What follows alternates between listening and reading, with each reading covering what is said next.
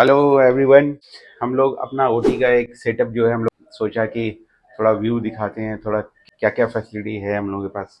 तो मैं सोचा कि आज अपना एक वीडियो बना करके इस पे आज आप लोग कुछ से शेयर करूं। तो चलिए दिखते हैं क्या क्या है हम लोगों के पास। तो आ, सबसे पहला तो ये हम लोग के पास ऑर्थो टेबल है। मैंने एज अ डमी एक पेशेंट को लेटा दिया। एक्चुअली ये हम लोग का स्टाफ है और हम लोग पूरा स्टाफ को एक पूरा प्रॉपर ड्रेस दे देते हैं ताकि सारे पेशेंट को या जो भी हैं उन लोग को पता चले कि हॉस्पिटल के स्टाफ कौन है और बाहर के लोग कौन हैं। और जो भी पेशेंट आते हैं पेशेंट के भी अलग ड्रेस होते हैं ताकि जो भी ओटी के बाद होते हैं एक स्टेलाइजेशन एक सैनिटाइजेशन जो भी होती है वो सब एक मेंटेन रहे। तो ये हमारा ऑर्थो टेबल है जो सी आर्म कंपेटेबल है।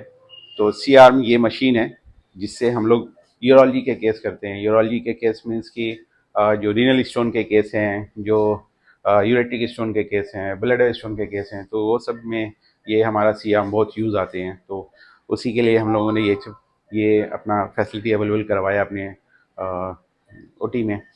ये हमारा सी आर्म हो गया जो ये सी आर्म से अटैच इसका मॉनिटर है जिसमें हम लोग इमेज देखते हैं कि सही चल रहा है कि नहीं, वो गाइड कर रहे हैं जो सही गाइड हो रहा है कि नहीं हो रहा है।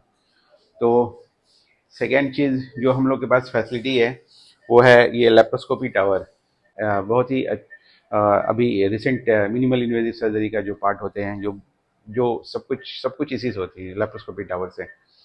तो ये लेप्रोस्कोपी टावर से ही जो अभी हम लोग जीवी स्टोन, गॉल ब्लैडर स्टोन की सर्जरी या अपेंडिक्स की सर्जरी और जो भी हिस्टेक्टोमी हो गए, तो सिस्ट हो गए, ओवेरियन सिस्ट हो गए, या और भी कोई एब्डोमिनल सर्जरी जो लेप्रोस्कोप से हो सकते हैं, मैक्सिमम केस लेप्रोस्कोप से हो जाते हैं। तो ये लेप्रोस्कोपी के थ्रू होते हैं। इसी को कुछ लोग सब लोग यहाँ पे बोलते हैं कि लेज़र से होते हैं कि नहीं। लेज़र एक्चुअली गलत टर्म होगा। वो एक सोर्स ऑफ एनर्जी है, वो इंटायरली डिफरेंट चीज़ है। बट इसी को सब लोग लेज़र लेज़र बोलते हैं। बट ये लेज़र है नहीं। एक ये लेप्रोस्कोपी है जिसमें हम लोग की होल सर्जरी मीन्स कि एब्डोमेन में छोटे छोटे एक छेद करके हम लोग उसकी एब्डोमेन में सर्जरी करते हैं। तो दैट्स ये लेप्रोस्कोपी केसेस के लिए, लेप्रोस्कोपिक सर्जरी के लिए हम लोग का ये लेप्रोस्कोपी टावर है। तो laser is a different, entirely different. वो एक एनर्जी सोर्स है जो उससे इसको कंपेयर करना या फिर उसको बताना तो वो गलत है। वो एक एक तरह का एनर्जी सोर्स है। एनर्जी सोर्स की बात आती है तो हम लोग के पास जो अभी हम लोग के पास जो एनर्जी सोर्स है वो हम लोग के पास एनर्जी सोर्स है वो कोविडियन का लाइगाश्योर है जिससे हम लोग के पास वेसल सील भी हो जाते हैं। और जो हम लोग टोटल लेप्रोस्कोपिक हिस्टेक्टोमी करते हैं तो वो काफ़ी फ़ायदा करते हैं यूट्राइन आर्टरी को लाइगेट करने में। तो वो मेरा मशीन है वो लाइगाश्योर जो एकदम नीचे देख रहे हैं आप लोग। तो वो एक एनर्जी सोर्स है। तो आगे हम लोग सोचे हैं कि लेज़र सर्जरी के लिए भी जैसे जो भी प्रोक्टोलॉजी के केसेस होते हैं तो वो भी हम लोग इंशाल्लाह धीरे धीरे वो लेते आएंगे। जैसे फिस्टुला की सर्जरी बाय लेज़र, और पिलियोनाइडल साइनस की सर्जरी बाय लेज़र, या फिर फिशर की सर्जरी, या फिर हेमोरॉइड्स की सर्जरी बाय लेज़र। तो इंशाल्लाह 1 2 3 महीने में इंशाल्लाह वो भी फैसिलिटी अवेलेबल हो जाएगी।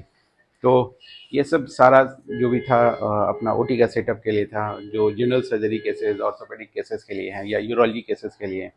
और गायनेकोलॉजी केसेस के लिए भी जो मैडम हैं, अगर नॉर्मल डिलीवरी हो रही है, सिजेरियन सेक्शन हो रही है, तो उनके लिए बेबी को अगर रिससिटेशन का ज़रूरत पड़ रहा है तो इनिशियल फेज़ के लिए हम लोग एक वार्मर भी अवेलेबल कर चुके हैं ताकि वो वार्मर एट दैट टाइम के लिए, इमरजेंसी के लिए हम लोग को बेबी का रिससिटेशन में कोई दिक्कत ना आए, तो हम लोग के पास एक वार्मर भी अवेलेबल है।